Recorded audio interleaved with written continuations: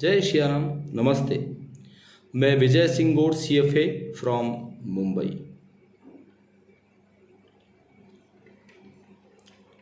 Basically मैं निमाड़ से हूँ।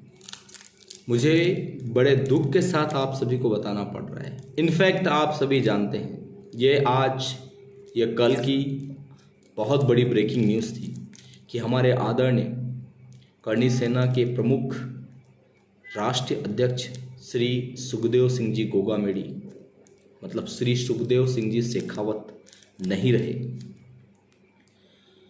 कुछ गुंडों ने, अपराधियों ने इन्हें दिन दहाड़े गोलियां मार दी। 17 बार फायरिंग की है। कितनी बार? 17 बार फायरिंग की है। और श्री गोगामेडी साहब ने उसी समय अस्पताल में या कुछ समय बाद दम तोड़ दिया। 17 बार फायरिंग क्यों की गई? क्या कारण था कि इन लोगों ने फायरिंग की है? मैं आपसे बताना चाहता हूं कि कुछ महीने पहले पंजाब सरकार या पंजाब के गवर्नमेंट अधिकारियों ने राजस्थान सरकार को पत्र लिखा था। उस पत्र में यह बताया गया था कि श्री सुखदेव सिंह जी गोगामेडी की जान को खतरा है। श्री सुखदेव सिंह जी गोगामेडी को बार बार धमकियां मिल रही थी। श्री सुखदेव सिंह जी गोगामेडी खुद ने पुलिस प्रशासन से और सरकार से सुरक्षा की मांग की। उस समय राजस्थान में गहलोत सरकार थी, उन्हें कोई सुरक्षा नहीं दी गई। श्री गोगामेडी, श्री सुखदेव सिंह जी ने इस देश के लिए, हर गरीब वर्ग के लिए कार्य किया हुआ है। वो एक राजपूत गर्व थे, लेकिन उन्होंने हर समाज के लिए कार्य किया है। और सबसे महत्वपूर्ण बात, भारत को जिस नाम से जाना जाता है वो है उसका कल्चर, वो है उसका इतिहास। और उस इतिहास के साथ जो भी छेड़खानी कर रहे थे उनको गोगामेडी साहब बजा रहे थे। जब जोधा अकबर मूवी आई थी उस समय भी उन्होंने उसका बिल्कुल जी जोर से विरोध किया था और उसमें फिर परिवर्तन करना पड़े थे। माँ पद्मावती पे मूवी बनी थी, उस पे भी बहुत सारी चीज़ें हुई थी और गोगामेडी साहब ने, जो उसके डायरेक्टर थे संजय लीला भंसाली, उसे जयपुर में सबके सामने चाटा मारा था। और उस मूवी को कई दिनों तक, और बहुत बड़ी लागत की मूवी बनी थी वो, कई दिनों तक पोस्टपोन करना पड़ा। और इवन यहाँ तक कि कहीं सिनेमा घरों में नहीं दिखाया गया था। उसके बाद में यदि अगर उससे रिलीज़ हुई थी तो उसमें काट छाट करके किया गया था। उस समय भी उन्हें पाकिस्तान से कई बार कॉल आ रहे थे और धमकियां मिल रही थी। अभी जो उनका मर्डर हुआ है, सरेआम मर्डर हुआ है, वो जब पहले तो मेरा क्वेश्चन पहले की जो राजस्थान गवर्नमेंट थी उससे है कि जब वहाँ की सरकार ने, पंजाब सरकार ने आपको पत्र लिखा था तो क्या आप सो रहे थे? नेशनलाइज फिगर, इतना बड़ा व्यक्ति जो कि पूरे देश को हिला देता था जब बोलता था, तो उसकी जान को खतरा है, आपने कोई सुरक्षा मुहैया नहीं कराई।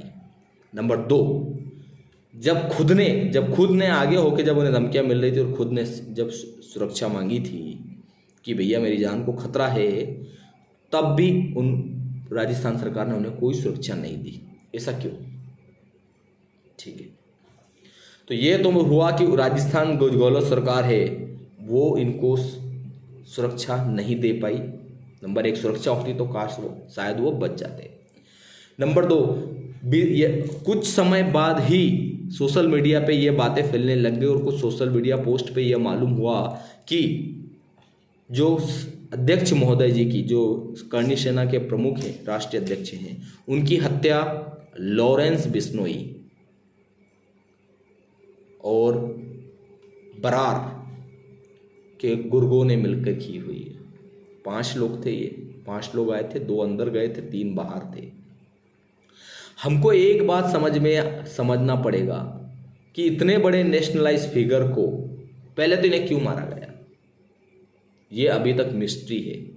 ये कहीं ना कहीं गरीबों की आवाज़ उठाते थे, कहीं ना कहीं ये सरकारों के खिलाफ बोलते थे, कहीं ना कहीं ये फिल्म इंडस्ट्री वालों के खिलाफ बोलते थे।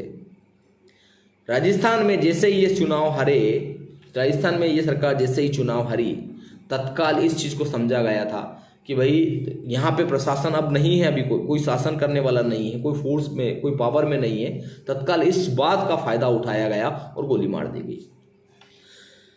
अभी कुछ महीने पहले की बात है, ऐसा ही हुआ था। एक गवाह को रोड पे गोली मारी गई थी। किसने? आतिक अहमद, और उस आतिक अहमद के गुर्गों ने और उसके बेटे ने।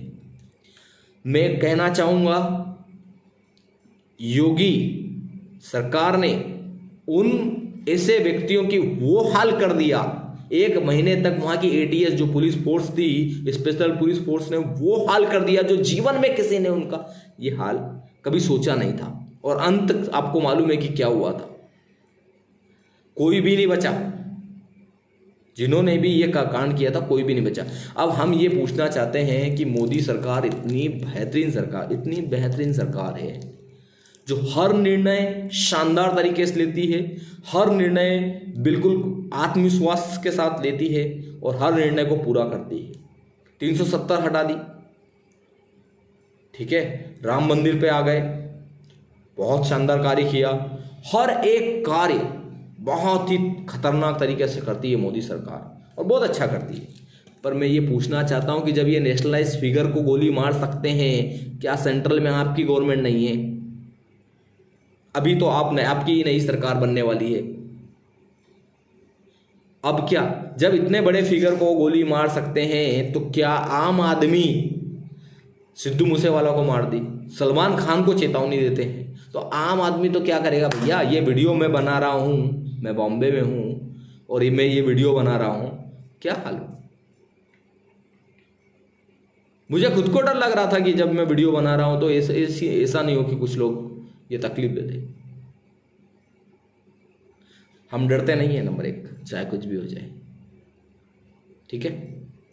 नंबर 2 पर लेकिन आम आदमी किस तरीके से जिएगा कि ये कितने लोगों को डराते होंगे, कितने लोगों को चमकाते होंगे और कितने लोगों से लेते होंगे, रंगदारियां वसूल करते होंगे। अब मोदी गवर्नमेंट को पूरा देश बच्चा मैंने सारे न्यूज़ देखे हैं और सारे लोग, उनकी पत्नी को भी देखा है, उनकी पत्नी की आंखों में आंसू नहीं थे। उनकी पत्नी ने एक ही बात कही है कि आपके दादा एक बात कहते थे कि हर घर में सुखदेव सिंह पलता है। हर घर में मतलब एक सुखदेव सिंह है, तो क्या वो सुखदेव सिंह तैयार है? मैं मोदी गवर्नमेंट से कहना चाहूँगा कि मोदी जी, जो हुआ बहुत बुरा हुआ है, इसकी क्षति हम नहीं भरपाई कर सकते हैं, लेकिन इसके जो अपराधी हैं, इसकी जो जिम्मेदारी डंके की चोट पे ले रहे हैं, पहले तो उस बात का क्लियर सत्य का पर्दाफाश किया जाए। पहले सत्य को सामने रखा जाए कि इस व्यक्ति की, इस जो नेशनल गर्व है, उस व्यक्ति की हत्या क्यों की गई थी, उस व्यक्ति की हत्या किसने करवाई है।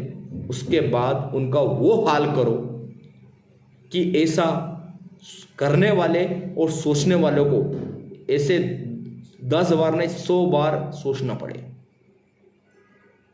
यदि अगर योगी बालकनाथ जी की भी सरकार आती है तो मोदी सरकार और योगी बालकनाथ जी सरकार दोनों मिलके उनका ये हाल करो कि समझ में आ जाए। अब बची बात, यदि अगर विकास दुबे हत्याकांड, आतिक अहमद और इन सब में यदि अगर चीज़ें उथल पुथल हो सकती थी कि इनकाउंटर कैसे होते हैं और किस तरीके से हुए हैं, जनता जानती है। कोई कुछ भी कहे लेकिन जनता जानती है, तो अब भी जनता को जानने दीजिए। ऐसे लोग समाज के ऊपर कलंक हैं। इन लोगों को मोदी जी और जो भी बालकनाथ जी योगी की सरकार आएगी, ऐसे कचरा को साफ करना बहुत जरूरी है।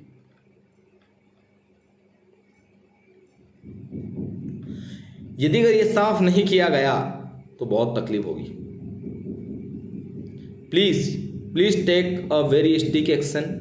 आई don't know my video will reach to you और not, but I would say जिन लोगों तक भी मेरा वीडियो पहुंच रहा है, आप इस वीडियो को सरकार तक पहुंचाएं, दमखम के साथ पहुंचाएं और हर जगह ज्ञापन दें, हर जगह हर धरना प्रदर्शन हर जगह ज्ञापन दें और हर जगह इस चीज़ को बताएं कि ये जो हुआ बहुत गलत था और इसके लिए सरकारों को तत्काल सुपर फास्ट, अभी यूपी में हुआ था ना अतीक अहमद गैंग का पर्दाफाश, उसी आधार पे एटीएस वहाँ की पुलिस, मैं उस केस को देख रहा था, वहाँ की पुलिस सो नहीं रही थी जब तक केस को खत्म नहीं किया।